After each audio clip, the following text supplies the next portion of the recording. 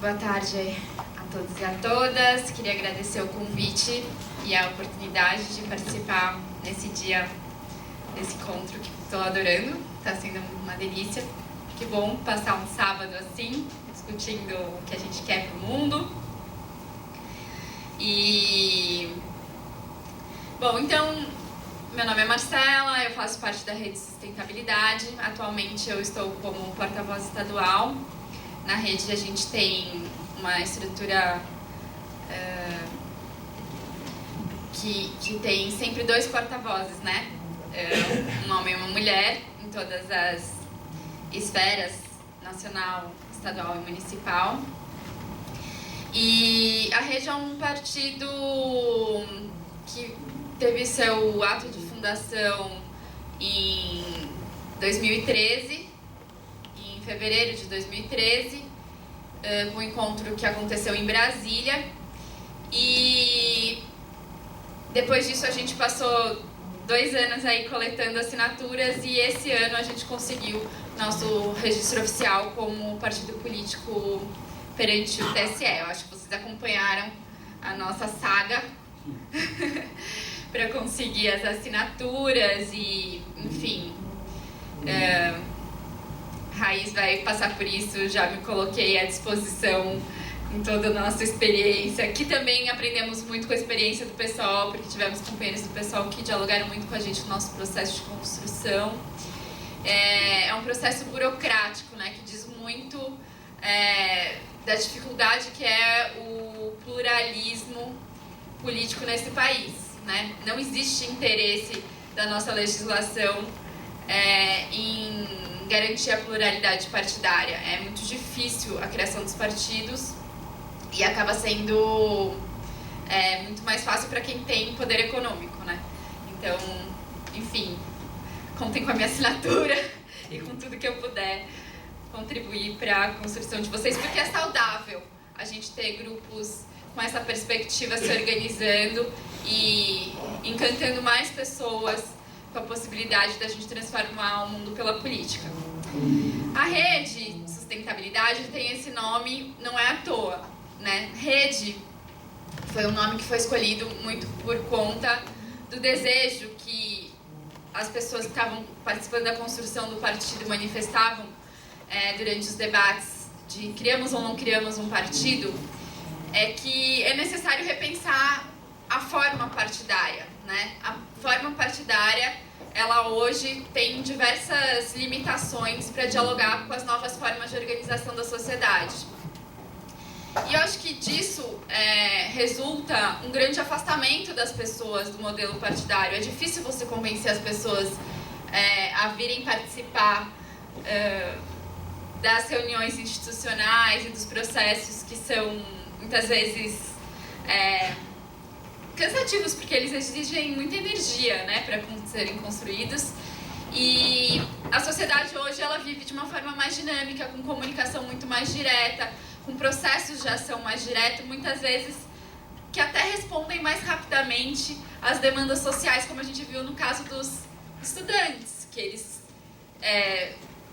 essa coisa autoconvocatória, né, do ativismo autoral que a gente vinha discutindo nos últimos anos e que é crescente, e que os partidos também têm que ser capazes de dialogar com isso se eles querem realmente responder a essas demandas sociais, né? Então, a rede ela tem a proposta de trabalhar a transformação da cultura política no Brasil, nessa perspectiva da construção colaborativa e coletiva, mas também no combate ao que vem se instalando nas instituições brasileiras, que é uma forma de governabilidade marcada pelo fisiologismo e pela deturpação do que seria um projeto político que alcança o poder e tem sua possibilidade de concretizar o que a sociedade vinha debatendo. Então, atualmente, a forma de governabilidade, de coalizão, que a gente vê no cenário nacional, de troca de favores para, enfim,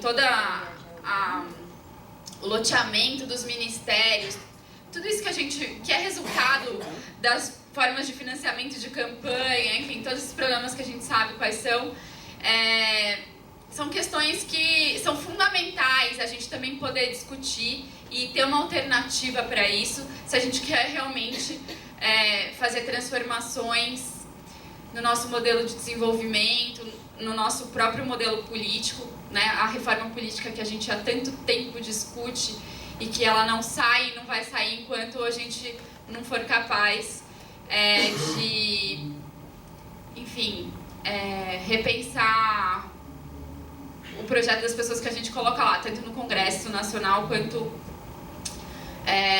no governo federal. E a outra questão que é fundamental, que vem da essência da fundação da rede, é a questão da sustentabilidade. Quer dizer, um projeto de partido que tenha a sustentabilidade como eixo fundante. Por quê? A sustentabilidade a gente não vê como... Não existe a possibilidade de pensar uma sociedade sustentável com a sustentabilidade dentro de uma caixinha, né? Sustentabilidade tem que permear todas as políticas públicas, tem que ser um valor fundamental. Então a gente se colocou esse desafio, né, de pensar em todos os eixos de políticas públicas como eles podem contribuir para a gente caminhar para essa nova sociedade.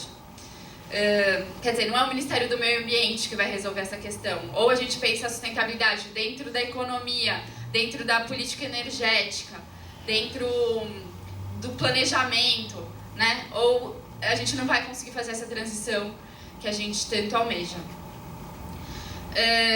Nesse sentido, concordando aqui com o companheiro Arlindo, a gente também não pretende ter a resposta para tudo. A gente é um projeto de partido que está em construção e vai estar em permanente construção. E, no entanto, achamos importante tanto dialogar com modelos teóricos que já estão sendo pensados, então espaços como esse eu acho que são fundamentais. Não sei se a gente tem essa perspectiva de adotar um único modelo teórico, mas a gente tem a perspectiva de ter eles como referências para a nossa construção, porque a construção com as pessoas e a partir do desejo coletivo para a gente é fundamental, e é para isso que a gente quer caminhar, né? Hoje a gente já vem tentando implementar isso através dos nossos processos de construção, dos coletivos municipais, dos elos estaduais e do nosso elo nacional. Mas é um processo que tem muito que avançar. A gente tem consciência de que o modelo partidário que a gente criou para atender a legislação eleitoral e a própria cultura das pessoas que vêm para a construção do partido ainda tem muito que ser dialogada para que a gente consiga realmente ter um partido que atenda nosso anseio democrático. E, enfim, com relação à sustentabilidade, eu acho que também a gente já vem apontando para algumas propostas que eu acho que são importantes para a gente buscar tangibilizar mesmo o que é esse novo modelo de desenvolvimento que a gente defende, né?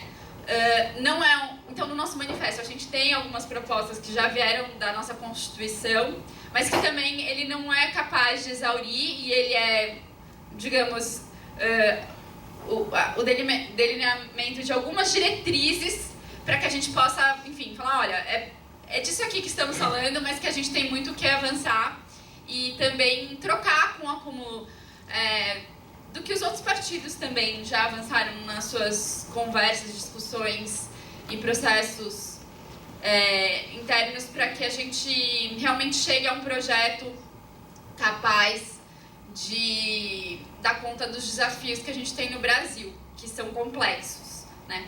Mas a exemplo do que a gente fala, assim, questão, por exemplo, de pensar as matrizes energéticas é fundamental. Quer dizer, um país que quer mudar o seu modelo de desenvolvimento tem que pensar novas fontes de matriz energética. A gente não pode ter o petróleo como o único projeto de desenvolvimento nacional.